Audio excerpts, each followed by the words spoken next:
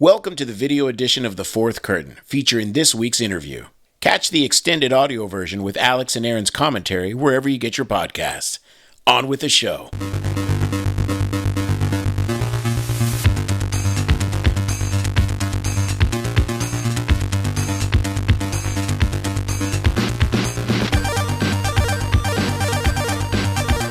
Welcome to this week's Fourth Curtain, listeners, and what an exciting episode this is. We are joined today by John Blackburn, one of the founders and CEO of Avalanche Software in Salt Lake City, Utah. Hey, John, how you doing? Welcome, John. It's going good. John and the team at Avalanche has been making games for over 30 years? I think, do you guys get started like in 95? Yeah, this is in September, it'll be 30 at Avalanche. Wow. 30 years, has worked on everything from Mortal Kombat games to NFL, NBA, Hannah Montana, to get this, the Toys to Life juggernaut Disney Infinity, which I had the privilege of being near when it got started. And most recently, hold on to your sorting hat, is the team behind the 34 million unit selling Hogwarts Legacy. Aaron, don't you think they should make like a movie or write a book about Hogwarts Legacy? Wouldn't that be a good idea? Yeah. That was supposed to be a joke. It is a joke. 7 books. 9 books, 20 books. John and I had the opportunity to work pretty closely together when I was over at Disney. He's a true gem in our industry, and it's so good to see you. How are you? Welcome to the show. How you doing? I'm doing really well. It's great seeing you again. It's been a while, but yeah, I very much enjoyed our time there at Disney together. Can we talk about Infinity some first? Sure. I will forget. That is like I spent so much money on that game. And at E3, y'all had this really cool booth where you'd walk up and you'd push a button and like it would give you a whole and you could get like a three pack or a 2-pack. That's all I did at E3. Like I was a greedy guy. I went back. I got everything you were giving away. I don't know if that was okay or not. That line was pretty long, if I remember. It was. I did it like 10 times. And I spent at least 3 paychecks on Disney Infinity. Thank you. So, yeah. I appreciate it. I had so many of those dudes. It was awesome. Sorry, Alex. I kind of just wanted to. Okay. Where were you working then? Oh, where was I? It sorry, came out sorry, John. This episode's about it's you. about you, John. Let's talk about it. All right. I don't remember where I was. I just remember spending money, and then All right, you were unemployed, so the three paychecks and all that were the government checks. All right. Well, so I guess the first thing I was kind of curious about, and I think we kind of talked about this maybe a little bit back in the day, but being in, you've been in Salt Lake. Did you grow up in Salt Lake? Yeah, in one of the suburbs just north of here. Oh, nice. Okay. But there's I don't know that for a lot of folks like in the industry or even outside the industry that when they think about sort of the hotbeds of game development, Salt Lake City, I don't think is the first place that comes to mind, but there's a lot of software and game development that has happened. I was asking ChatGPT for a list. But there's like you guys came out of, I think, Sculpture, which I think was part of Acclaim. I think was part of Acclaim. And then there was Chair that did Infinity Blade, Single Track, Eat, Sleep, Play, which I think maybe they merged into your studio. Maybe, I don't know. But bunch of stuff there. But so how like the scene of game development in Salt Lake City, like what's it like and where'd it come from? It's been pretty different over the years. So what I would say is, where it originally came from, there were a couple companies here who started just doing games on like maybe Apple's or, like Apple II, back then, PC, that kind of stuff. So there's Access Software that did like Lynx and Tex Murphy like games and stuff. That was kind of like one part of it. And they eventually ended up getting bought by Microsoft and doing like Amped and, some snowboarding games, that kind of stuff. And then there was Sculptured Software, which started off, I think, in the 80s. And they did a bunch of really successful games on like the Apple II and those kind of things. But then they moved pretty heavily into console, really early on. And then where the 3D stuff came from was, strangely, like the University of Utah was actually the first place where a 3D graphical image was actually put on screen anywhere. So Huh. that's the Utah Teapot was like, like this thing. Oh yeah. And so but like Ed Catmull and like Clark and all these guys that were like these original kind of like 3D math, like graphics guys, all went to the University of Utah. And That's so right. So out of that, then came this company called Evans and Sutherland, which I think there were a couple professors that worked up at the university, and they made like flight simulators and stuff. I think for like F-16s and that kind of thing. But then like early in the graphics races, like when Silicon Graphics started stuff, Evans and Sutherland was actually trying to do competing kind of chips and specs and all that kind of stuff. And out of that came Mike Reiter. I worked at Evans and Sutherland. That's and right. So Mike was the founder of Single Track. Okay. And so that's where Single Track ended up, kind of eventually getting into the GT Interactive, and then went into Sony. But that was like Twisted Metal and Warhawk, Jet Moto. And so all the 3D stuff kind of came out. So I would have said like, kind of back in the early 90s, you kind of had Access, you kind of had Sculptured, you kind of had, Single Track. And it expanded out a little bit from there. And there were like offshoots that went into different stuff. But at one point we kind of had EA was here with, kind of some of the Sims games were being done at Salt Lake. It's funny. EA will show up in every city. Sometimes they come and go. They did that in Chicago too. So Sculptured got bought by Acclaim, and so there was kind of a heavy Acclaim presence here for a while, and then Sony bought into Single Track, and I think when it was Eat Sleep Play, and then Microsoft ended up buying Access. So we kind of had like a lot of the big publishing players here for a while, and Avalanche spun out of the Sculptured Software branch of the family in 1995 when Acclaim bought Sculptured. Yeah, it's a fascinating like family tree. Basically, it is really interesting to see how companies get started, they get some success, and then folks will go and start, little seedlings will go out and start new companies, and then they grow. And so that's a really interesting history there, especially at the Evans. Well, so like when I started, I started as a programmer at Sculptured in '92, and I think in '93 or something like that, Sculptured had something like, I don't know, like 5 of the top 10 games, the like sellers on like the Super Nintendo. It was like WrestleMania, like Mortal Kombat, and like Bart's Nightmare, and a couple like sports. They did a lot of Mode 7 sports games, for like, I think they're like directly for Nintendo and stuff back then. And so anyway, yeah, it was just they had this incredible, like I think we did Star Wars out of there. So the Star Wars games were that year, and so there's just like this incredible, like, oh man, like I didn't know that one of the like bigger selling game companies, like the very first game I bought on the Super Nintendo was WrestleMania. Yeah. And so when I went to work at Sculptured, like the first day, I was like, I met the programmer who did that, and I was like, oh my god, like I was fanboying on this guy just because it's like I played the crap out of that thing. And so yeah, it was like this really kind of fun experience of like because I was pretty much more or less just out of college. Oh, right on. So what year did you graduate college? I graduated college in '92. 92. Okay. And then so I we're actually basically the same age, I guess. I graduated '91. Yeah, so like my first job was actually out in Chicago, and doing banking software. And it was like the worst experience of my life. I was like, oh no, I got the wrong degree. And then I came back to here. I was going to go to the University of Utah to get a master's degree in graphics. And I got the job at Sculptured and was like, okay, screw that master's degree. And I just started making games instead. But Good choice. Yeah, that's that. Good so choice. then I liked my degree. So right on. So you stuck it out in Chicago for 1 year. I guess you got your first winter there, and you're like, Yeah, hey, where's a hill? I need a hill to go ski down. No hill. There was nothing to block the wind, man. It just came. Yeah. When it gets hot there too, it's like everything.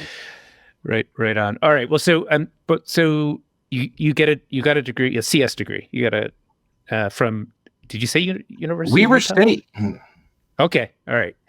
And like yeah, so like there's about 3 people from Weber that like we got, but it's cool because we had Damian Lillard went there, so it's like he's our guy. Okay. Well, what's the Weber State mascot is? A Wildcat. Oh, that's a cool okay. mascot. Yeah, so that's Northwestern too. All right. Were games like? So it sounds like you grew up with a Nintendo or an NES at least at some point. Yeah, before that. Well, he had the 8-bit. I mean, when I was growing up, I mean, like it was I had an Atari 2600. We had something like 30 cartridges. Like we were popular with all the family. my brother Todd was one of the founders of Avalanche. He's 7 years older than me, so he always had a job and like money to buy video games for us. And then because he had to work, all my friends would come over and play our video games. So we had an Atari 2600, and then we got a 5200. One of my other good buddies that works here had an Intellivision, and so there was kind of like this thing. But then I think the original Sega Master System and the 8-bit Nintendo came out when I was in I think maybe 9th or 10th grade. Yeah. Aaron and I were talking about this the other day, about just like how the video game prices have roughly been in the same ballpark forever. Mm-hmm. And like now that you're talking about getting 2600 carts, because similarly, that was my gateway was the 2600. And I recently found this box of old carts from back then, and there was a lot of them. And how the heck in the 80s were we putting down 30, 40 bucks a game? Like that's why it was good to have an older brother who had a job. I guess so. But yeah, that's what he was. I mean, he'd spend all of his money on, video games, and we were Dungeons and Dragons nerds, so it was like, I don't know if you remember back when we'd go to the mall, which was pretty cute. There was the old place called Gamekeeper, and like we'd pretty much go there every weekend, and to check out which new books had kind of come, Dungeons and Dragons books. And, right on. And then also next door to that was the place where we'd buy our games. Blackburn is a very D&D Babbage's. game too. I think I think it was EB out here. EB, okay. You're right, Aaron. Blackburn is a D&D name. It could have just been right at the top of your character sheet right character. There. All right. Well, you were playing D&D growing up. Yeah. Yeah. All right, that tracks. Were games like making games? Was that like on your radar at all? Like, was that a thing that you even thought could be done? I had no clue. Like I didn't ever put 2 and 2 together that somebody actually did this as a job. Like my dad was a production engineer at Sperry Univac. He actually made computers. And Univac, that weren't they made that the original room size giant computer, right? I think so. Yeah. I'm pretty sure that was them. Yeah, that shows up in the New York Times crossword puzzle every now and then. But no, I mean, so I always had like this thought that it was like, oh, I need like a serious job, and so entertainment wasn't something like, I grew up in Utah. It wasn't like we were like, oh, hey, like we're surrounded by people in the film industry or anything like that. And so it just seemed like, oh, they grow up and they're bankers or lawyers, or my dad's engineer and you do engineering things.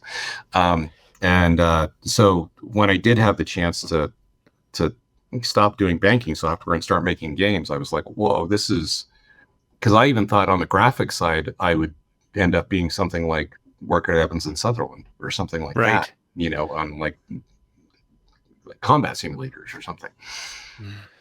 Yeah. That still would have been cool, though. Yeah. That I made combat simulator. Yeah, that would be cool.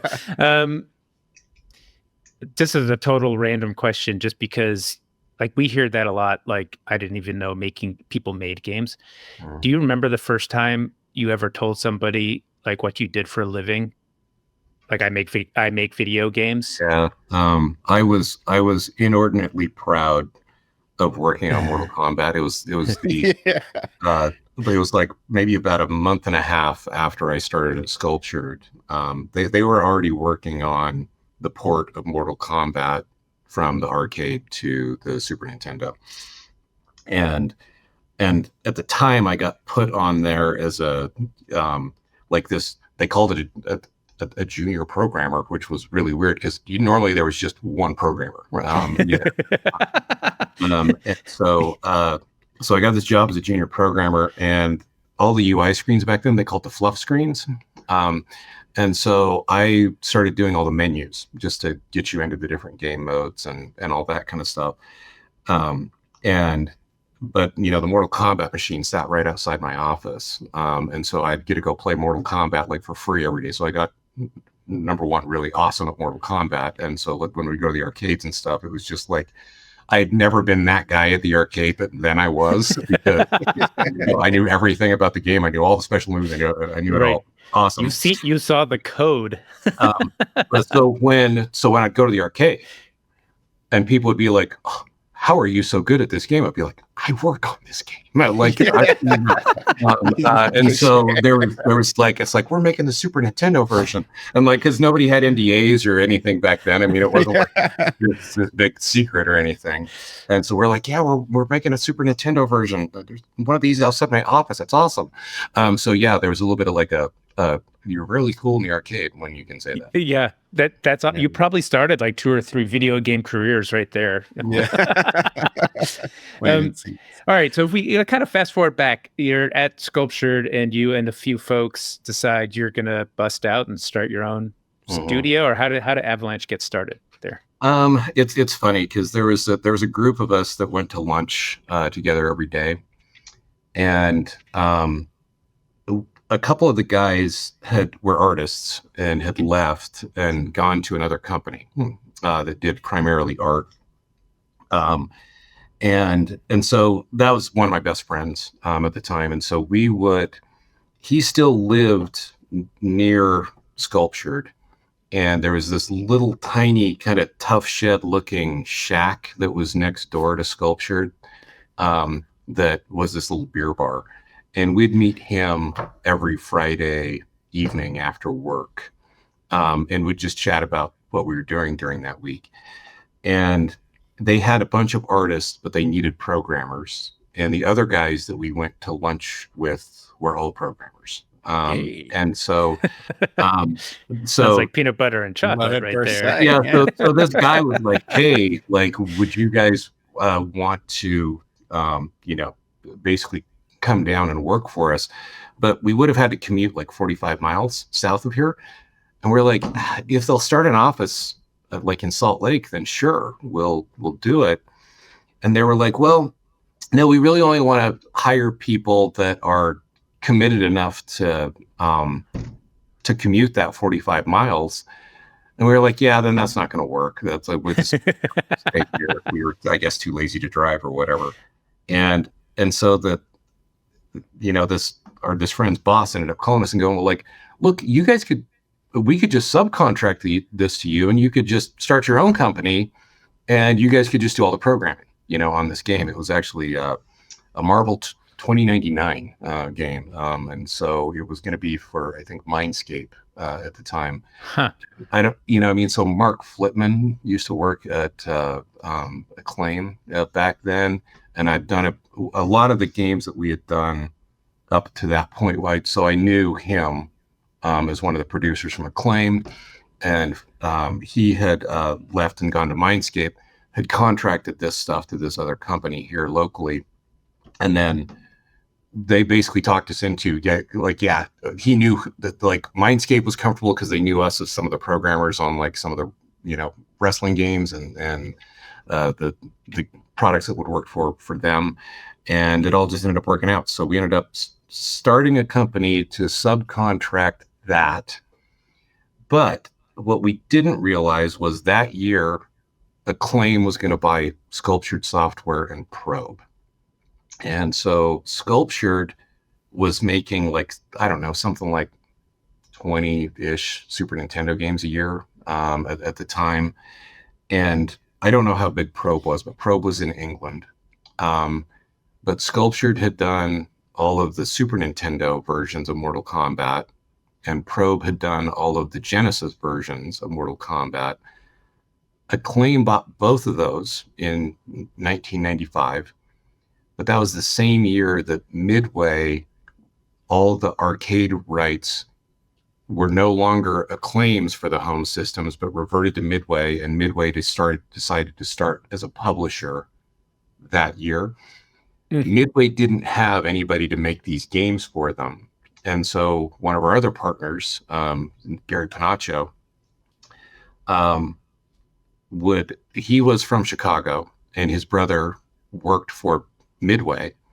There you go. That's how it all happens right there. Gary knew all these guys from Midway because he would hang out with his brother, but his brother was a pinball programmer at the time. Oh. And so like back then, I mean, Midway, they would both do the development and then they would build all the arcade units and sell everything, but they made a bunch of pinballs as well. So Gary would go to both the AMOA and the Acme show with like the American Coin Machine Expo and those conventions back then. And he ended up going to one with his brother, which they just thought were fun just to see all the new games that were going to be coming out. And Michael Gottlieb, from like Gottlieb pinball fame, but Gottlieb worked for Midway, and Gary knew him, and Gary's like, yeah, we just started this company to subcontract all this work for these other guys.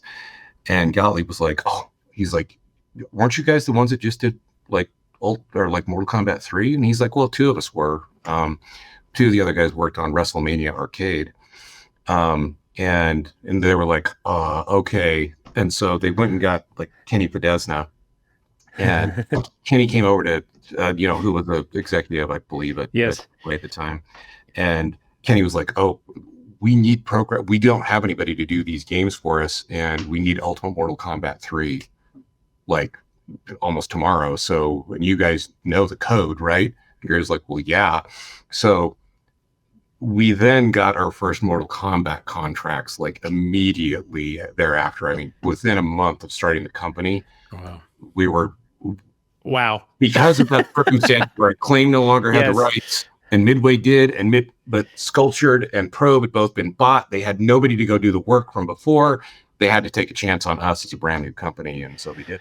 Look at that. Acclaim cool. Basically did a pick and roll on your behalf. Yes, they did. Yes, yeah. You got a different treatment from Acclaim, didn't you, Aaron? Yeah, we got laid off. when the whole global company shut down, like globally.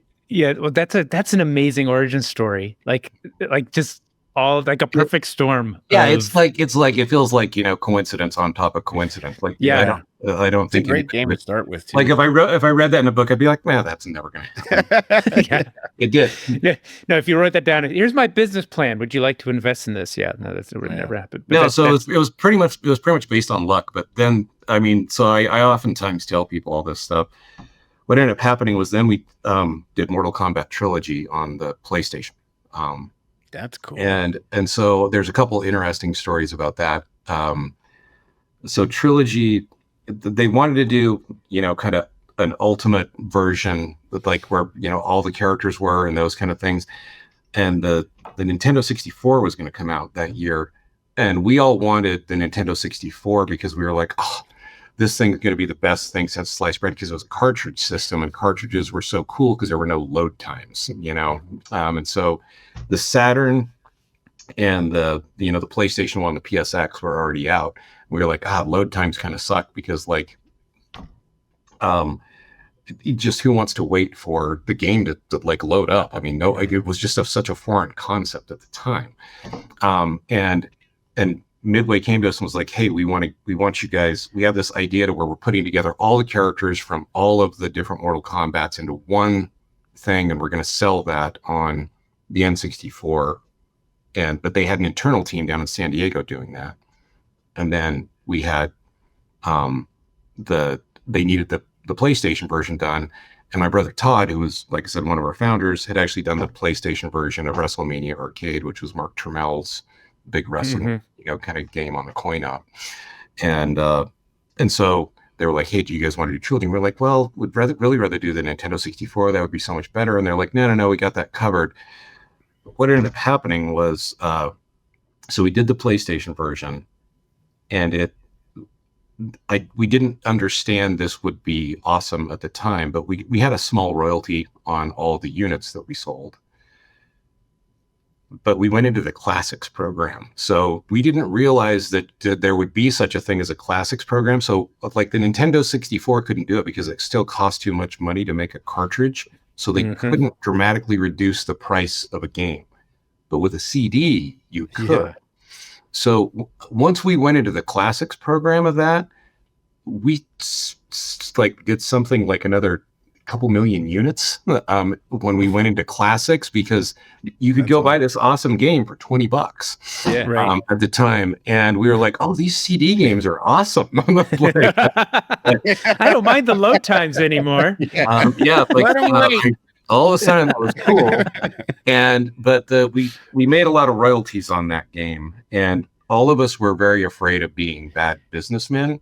But that's essentially what actually bankrolled the company and let us make, a reasonably large number of mistakes when we first started and learn things kind of through the school of hard knocks. Yeah, awesome. So it sounds like that decision, whatever decision was made there that ended up in a royalty being part of the contract, was pretty important. Was that accidental, deliberate? Was there some negotiation where you had to give up something to get that, or was it obvious? Back then, the standard video game contracts all had royalties. Like the industry changed after a while, I think, but back then that was really normal. I actually think, our royalty was actually fairly small. It wasn't like it was like this big thing, but just because the numbers of sales got so huge, it mattered, and but back then, you could make a game for small numbers of hundreds of thousands of dollars, and was the cost of so making $1 million or $2 million in royalties was like, whoa, this is insane. Yep, yeah. That's a second awesome part of your the Avalanche origin story. So in many ways, I need to shout out to like Ed Boon. Pretty much I feel like we kind of learned how to program games from those guys by porting all of their their products, but then also Trilogy basically bankrolled our company. So the success of Mortal Kombat. A cool full circle is you started with the Mortal Kombat games, and you went on this entire journey through other games in the Disney ecosystem, and back with in the same family as Ed Boon, and both of you are still standing, which is remarkable. Yeah, so it's awesome. That's we still now I'm on all when we get together for studio calls and that kind of stuff. It's like Ed's there, and I'm like, oh, it feels like coming home in a way when we first started here. We'll be right back. If you like what you're hearing, like and follow the show wherever you get your podcasts. And now a word from our sponsors.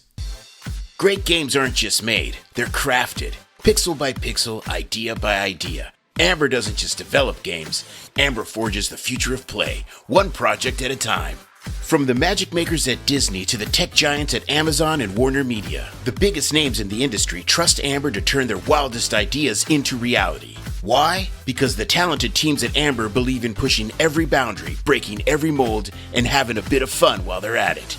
Need a partner who knows the game and plays to win? Amber has the talent, the passion, and a global network that's ready to roll.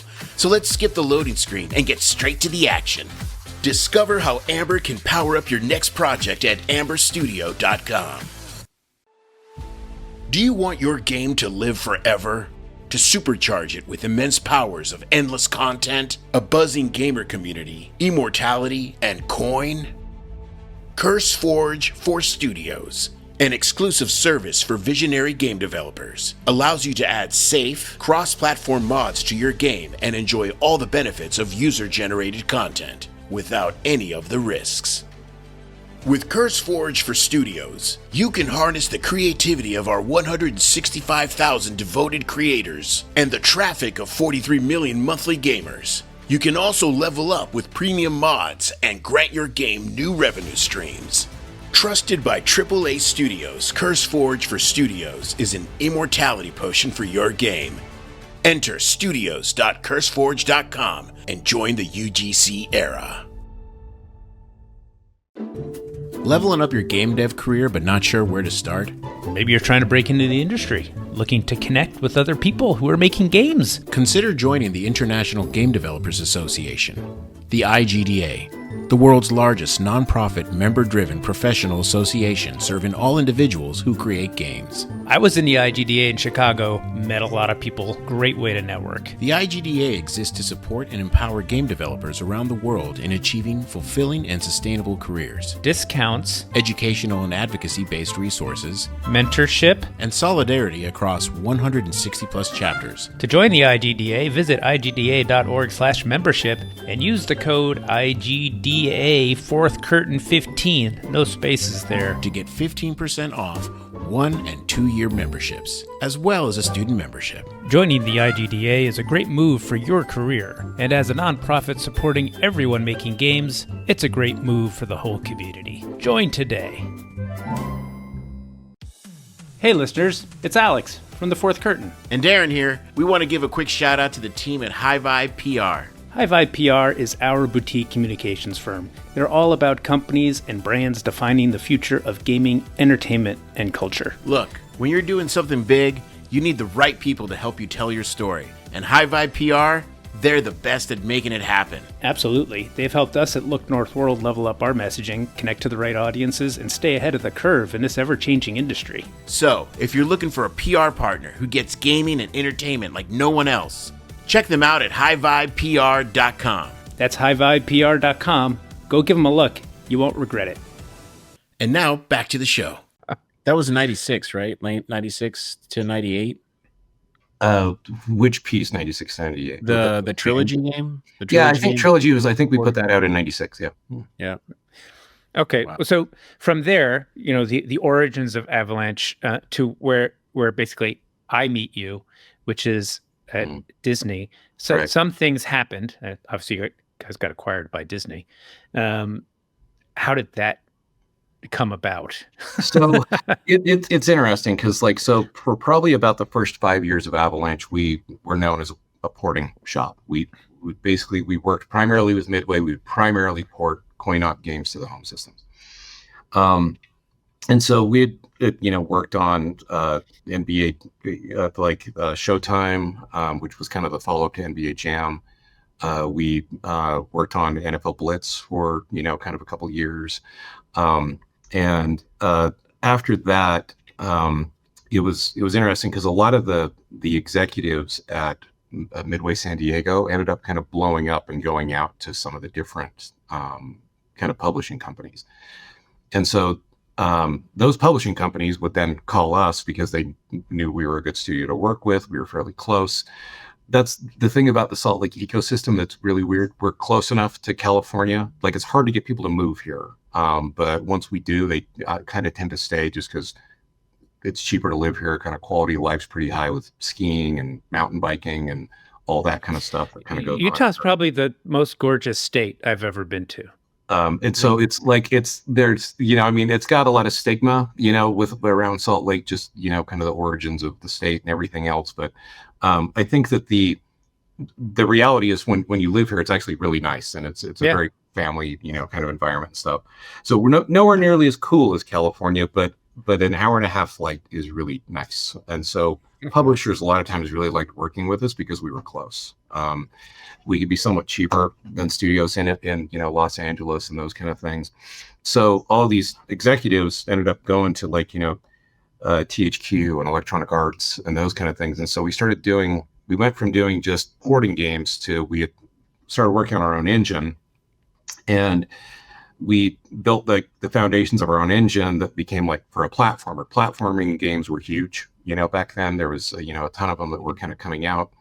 And we did a couple licensed originals based on like Rugrats and a few things for like THQ. At the time, we were doing a version of Prince of Persia for, I believe, Mindscape again, and working on another game for Electronic Arts on that engine. And then we got the opportunity to do Tak and the Power of Juju, and that became a TV series with a THQ Nickelodeon thing.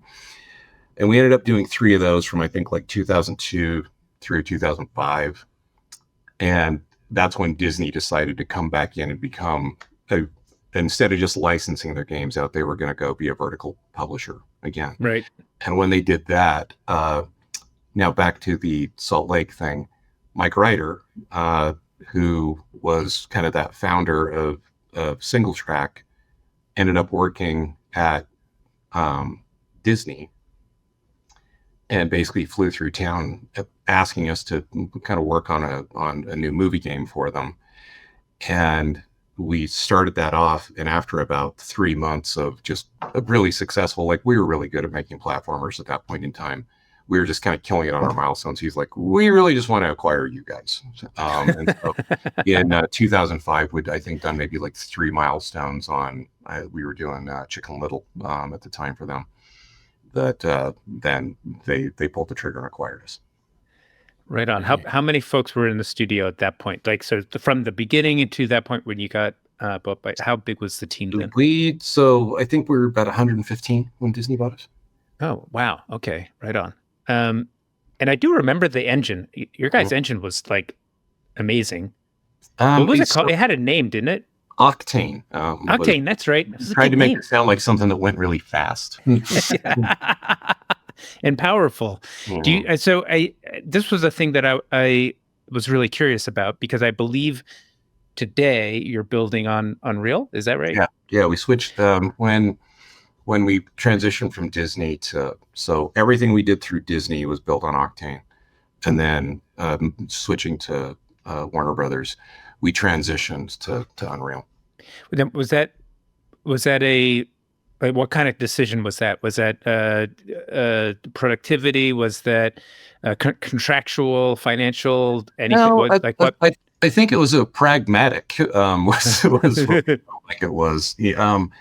So, when we were at Disney, we were probably around 250 people when at the height of Infinity, and we had probably about 30 engine programmers on staff, just to support all the feature set across all the different platforms. Because you kind of got to remember, multi-platform stuff, it's like you end up multiplying the number of like rendering engineers and like all that kind of stuff for every platform that you have.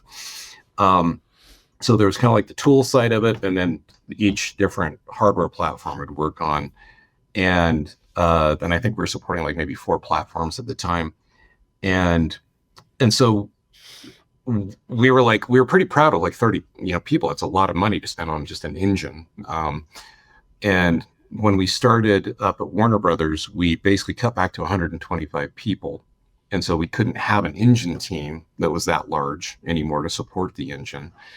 And Warner Brothers used Unreal primarily for a lot of the games, like Arkham and those kind of things, and Mortal Kombat's an Unreal game. And so we went in and started talking to the guys at the other studios about like, what was good or bad about using Unreal. And we found out that Epic had like 80 engine programmers year to year working on it. And we were like, how are our 30 guys ever going to compete with these 80 guys? And even though when it was 30, it was specifically for the features we needed, 80 doing general based features, and they were already dramatically ahead of us in like things like their rendering tech and how shaders worked and all those things. And we knew that we might have to do a photoreal game, and all of our stuff was really like squash and stretch animation with all that kind of thing for Disney kind of stuff with a stylized graphical look.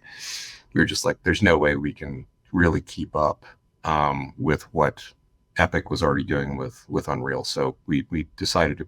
It was a little bit of a heartrending thing because it's like been a labor of love for so long. Yeah.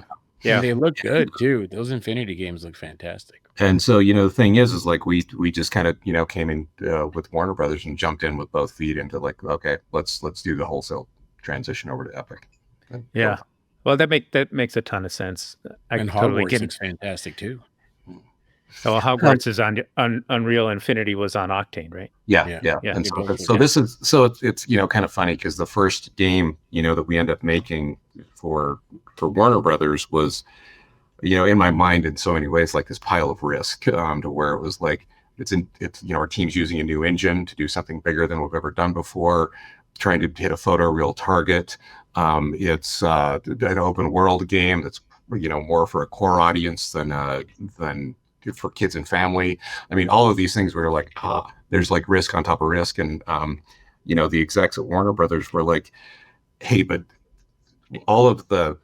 working with all of the franchise stakeholders that we had at Disney, because we ended up with everybody from Pixar to Disney feature animation to like the live action films with Jerry Bruckheimer and all those, and then Star Wars and Marvel. And we'd really learned over the course of time, this is how you talk to the people who own these things, and this is how you get them engaged in what you're doing, so that it's not really, I think a lot of the art of doing some of these things with these big properties is making sure that those owners understand what gamers are going to want out of it and how that's going to translate, and get them bought into the design like really early on of what you're trying to accomplish. And then it doesn't feel then it's a collaboration as opposed to like, hey, we got to solve this problem. We got to gamify this concept. And, like in Harry Potter, like an easy one is Stupefy is supposed to kill on one shot. But in video games, one shot kills are really bad. So how do you make your basic thing that you're going to do? So we need a health bar and we need to gamify it and you need to be able to hit somebody multiple times, right? And so when you can go in and explain all that stuff in a language that they get and try to say like, this is why this works in a different medium, then you get a lot more buy-in. So that was what we were good at. And Warner Brothers knew that we were really good at that. And that's actually, so all those risks were kind of offset by this, but we really knew how to work with other people's franchises. Yeah.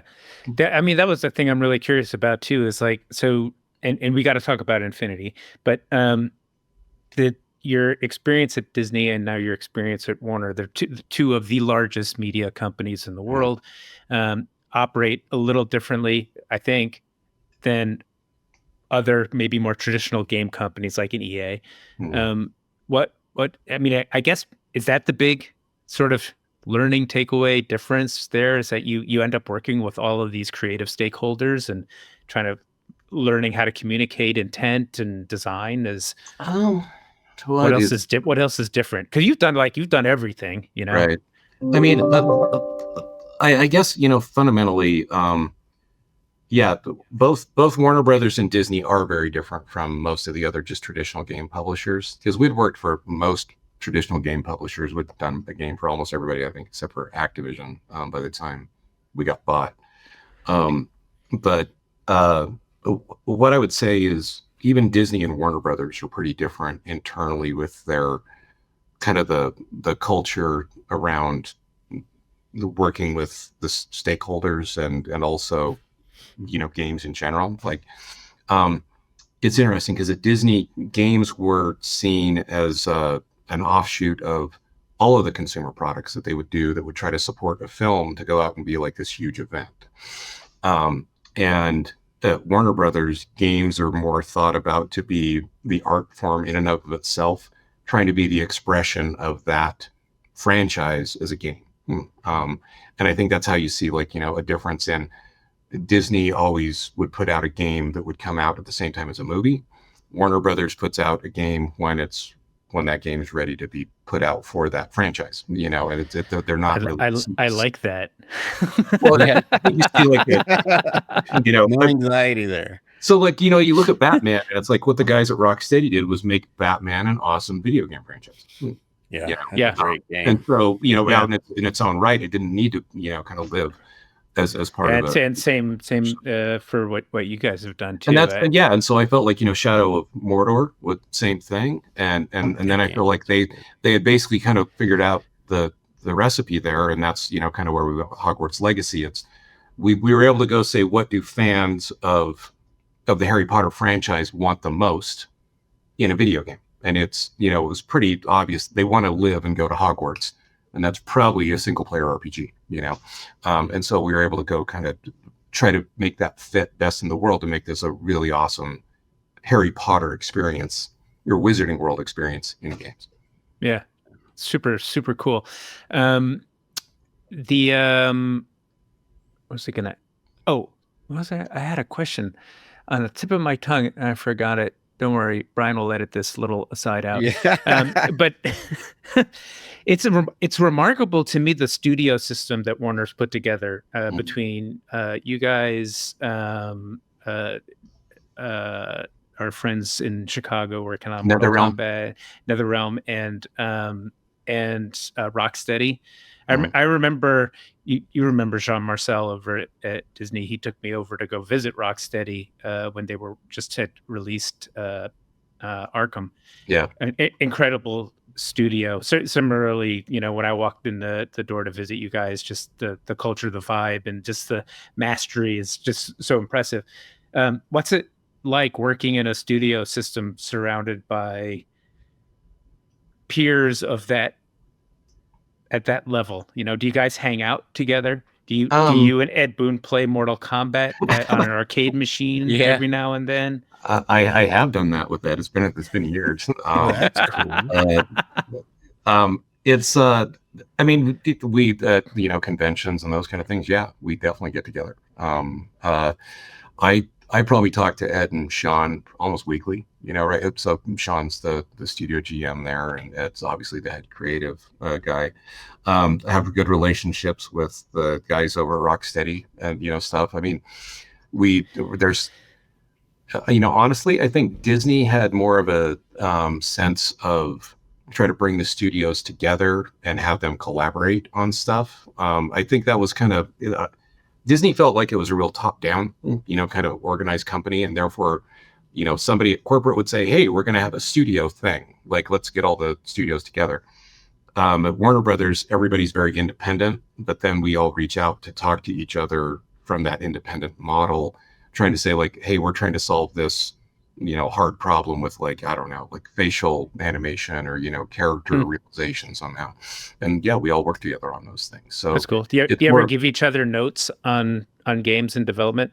I haven't seen it as much, here. I actually think maybe that's going to happen a little bit more, now. I mean, like, honestly, as the investments have gone up, I think it probably makes more sense to leverage, kind of the expert. There's a ton of expertise at these other studios. I mean, if you want to ask me again, how did it feel when I first was walking into these, rooms? It's like, once again, at Sculptured, I was like a 22-year-old going, "Oh my God, like it's the, this guy that did WrestleMania." Now I'm like, it's back to, it's Ed Boon, and he's made, how many massive hit games over the course of time, where it's the guys at Rocksteady that are like, I mean, I love the Arkham games, and so it's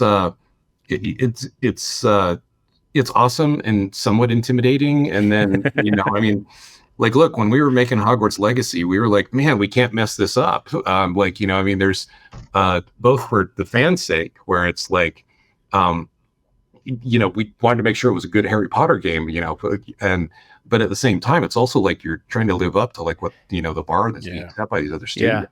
Yeah, great. Hey, what are you into now? Like you mentioned, are you still into wrestling stuff? Are you still into like WrestleMania and those things, or what are you playing these days? So no, I ended up it's funny because particularly when I was at Disney, it worked out really well because my kids were growing up, and so the games I was playing were the games that I wanted them to play too. So. But my kids are now older, and now we play, a lot of like more anything that's kind of like a looter shooter, or like Helldivers was like took a lot of our time last year. But also then at the time, like when we were at Disney, it was like I would be playing any platforming kind of game that would kind of come out, because it was like those were oftentimes a lot of our competitive set, so I played. Actually, it was really interesting because back then I always thought that we were always trying to make games where kids and their parents could play together.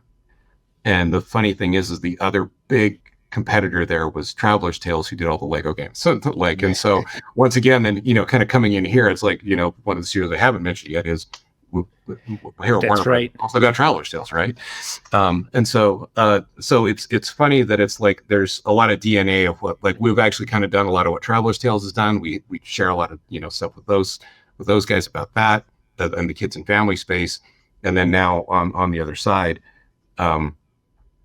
we can easily share that, a little bit more with Rocksteady or maybe NetherRealm. But so a lot of what we do play, or what I play individually, is I'm obviously playing the other games that, kind of are we put out, but anything in kind of that the RPG, single player RPG, multiplayer RPG space is kind of where I spend a lot of my time these days. Cool. Yeah. All right. Infinity. Mm-hmm. How did Infinity get started? I mean, I kind of remember, but you were living the moment. Yeah. So I don't know how much of this is like in I'm assuming it's all relatively public information right now. So hopefully, none of this is too weird. But so John Pleasance had come in as the new president of essentially, kind of Disney Interactive, like, a lot of stuff around internet and gaming inside of Disney. He got brought in as part of the Playdom acquisition at the time. And John came in with a very, like, I still remember this meeting that he had, because I thought it was really actually insightful. There were all the kind of like the executives and the studio people that Disney had at the time, and up on the wall he had all of these lanes that just had like the slate that was going to be being published for the next like 5 years at Disney. And he was like, this is going to cost roughly like $1 billion to go build all these games. And at the end of that, what would we have? And he's like, and all these things were like especially just a bunch of really small bets. And he's like, now let's go talk about where the profits of the industry are made. And everything was based on these really games that were like really large franchises that were really big bets, in a way. And he goes, if we're going to go spend a ton of money on development, would you rather have 4 big games, or would you rather have these 82 other small games that we're going to go make right now? And so he's like, because these big franchises is where the money's made. So he was like, look, I want 4 big bets kind of coming out of here. And he was trying to figure out within Disney, what should those 4 big bets be? And so they ended up kind of coming up with the 4 areas that they wanted to go put that stuff behind.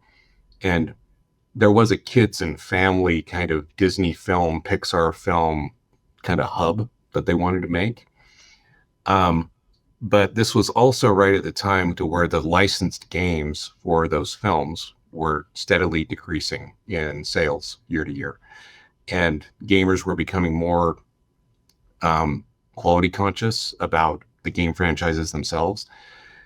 And so one of the things that we had basically pitched was this idea that we could somehow build a platform where we didn't have to invest as much behind every Disney property. Like, some of them were going to be good for a game, and some of them might not be. But if we could make kind of a platform to where you could maybe just buy a character to play on that platform, that we could just say, it's like, look, this might never get its own game, standalone. And I'm not going to try to go too hard, but like, look, WALL-E as a movie was very hard to make a game adaptation that was aspirational for gamers, Right. But, it's like, hey, I'm a little robot that doesn't talk very much. I clean up trash. What's cool about that, right? And so, but Wall-E could have easily been a character that you could have been put into a platform because people love that character. So we basically pitched this idea that we take kind of the toy box mode from our Toy Story 3 game that we'd built with Pixar, which was kind of like this idea of everything's a toy and you can kind of play with these toys your own way. And if we turned everything into toys, they could all exist in this world together, and we could try to create like a platform to where you could maybe buy a play set, which would be, maybe more like a small game experience. We could make an entire game that would fit into that. But if everything used this same kind of toy like aesthetic, we could put them all in the same world and make them match. And so before Infinity became a Toys to Life franchise, it was going to be a platform where all these things were based on this same graphical aesthetic where everything toy. That's the part I remember. It's like I remember coming out of, I think it must have been a Toy Story like a Greenlight meeting or something like that. I remember having a conversation with you about the toy box mode and the power in there. And then, so at some point somebody connected the dots between, hey, that toy aesthetic, we actually have a toy business. We could actually mold these things. So it's actually pretty funny because so we had started down this path of we've got this toy aesthetic, and the idea is a platform to where we can kind of support all of Disney's properties, in this and at variable investments. And that's why the business thing was a good case. But we became one of those 4 big things that, John had talked about, like, let's go put big investments behind this. And that was the thought was, hey, let's get a platform to where we can support everything we've got. And then Skylanders came out that year and just killed it. Yeah. That was a good one too. And then we had all of these toy designs already ready to roll. So we could kind of fast follow into the Toys to Life space. And so that's what we did. They helped you out, right? Like seeing that they were successful as a competitor. Yeah, I mean, there's a story that I don't know how I believe it to be true, but like, I mean, so we had to go pitch all this stuff like to the Disney execs and say, hey, we need a ton of money to go build some toys. And Bob Iger was behind it because I guess he knows Bobby Kotick pretty well, and Bobby had given him all the Skylander stuff for his kids. And so first hand, there you go. My kids love this. It's that's like having a cousin who works at Midway, and it's look at that. It's not what you know, it's who you know.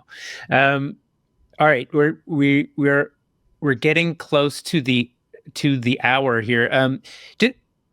Before we go, we got to know, like, how did Hogwarts Legacy come? Like, was that an idea that originated in the studio? Like, hey, we should try to do this, or was this, where'd it come from?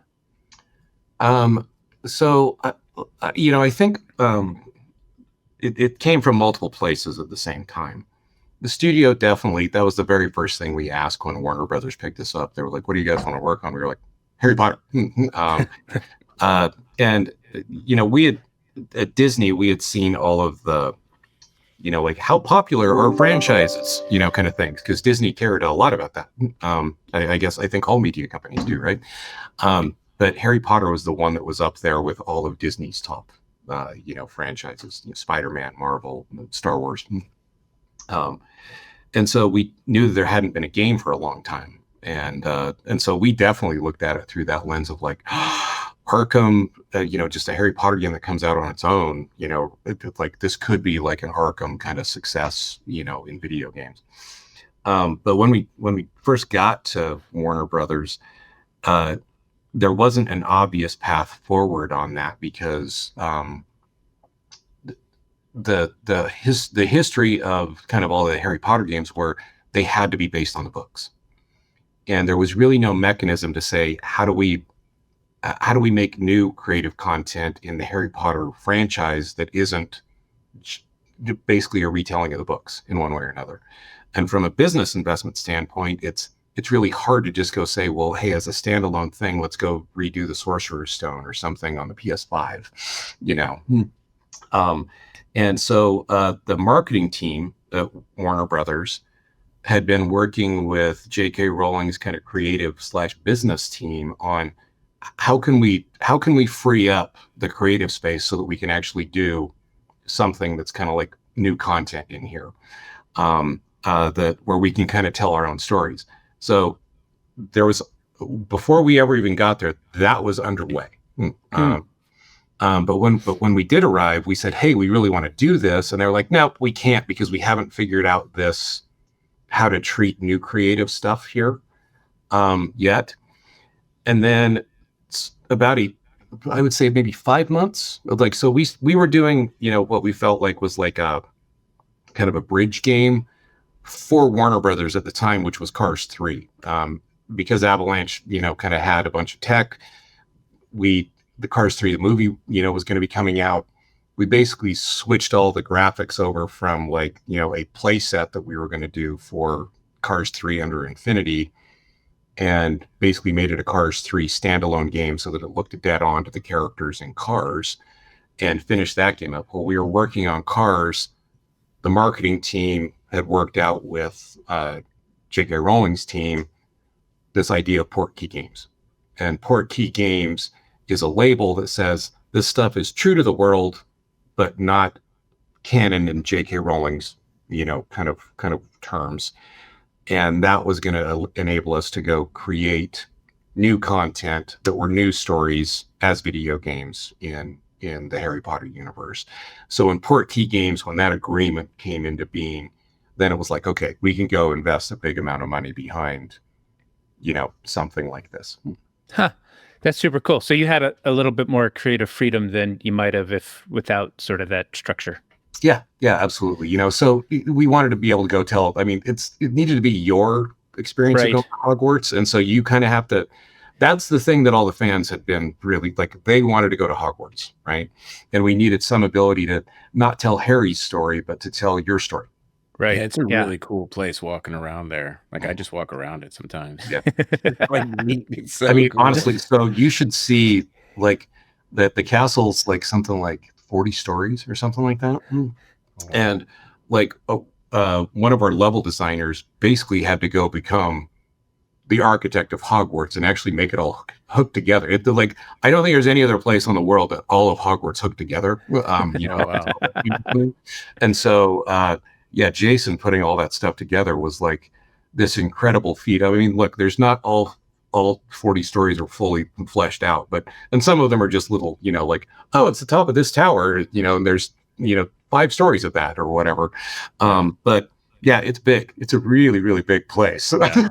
And it's really, really, really well done. It's like a fantastic job. Super cool. Super cool. All right, John, congrats on all the success with Hogwarts Legacy and everything that came before, and the story of how all those moments kind of stacked up to where you are today is legend. It's I gotta say, it's awesome. I mean, we've had like all these fun moments, been able to work with like all these, kind of different franchise stakeholders and those kind of things. And throughout the course of like, kind of our lives, we got to meet all these people. It's like, hey, you founded Bungie. And like, I mean, there's all these guys that like, we ended up meeting in one way or another, but a lot of them were like, wow, they've got these huge success stories that everybody, really loves. And we'd always kind of felt like our stuff was like, yeah, but it's kids and family stuff. And having Hogwarts Legacy go as big as it did at this stage of our career, it was like, oh, we just had one. This is awesome. So, yeah, it's getting really, really gratifying and cool. Awesome. Fantastic. Well earned, well deserved. Is there anything coming up that you guys have announced that you want to mention? There's no official announcements. There's Okay. been, some. You want to drop any unofficial announcements? I would love to. I don't think that Warner Bros. Would appreciate that. So. We'll keep track. Thank you so much for hanging out with us, John. Great to see you. John. Nice meeting you, John. We should catch up when the next thing comes out. I got like halfway through the things I wanted to chat about. Yeah. So we could do another one down the road. Great to see you. Sounds great. It's good chatting again, man. Yep. And we'll see you soon. Appreciate it. Thank you for listening to the Fourth Curtain Podcast. Visit us at thefourthcurtain.com to find our monthly newsletter and support the show via Patreon. The Fourth Curtain Podcast is a production of Fourth Curtain Media, lovingly edited by Bryen Hensley of Noise Floor Sound Solutions. Production support by May Lee with community management by Doug Zartman and art production by Paul Russell. Thanks again for listening.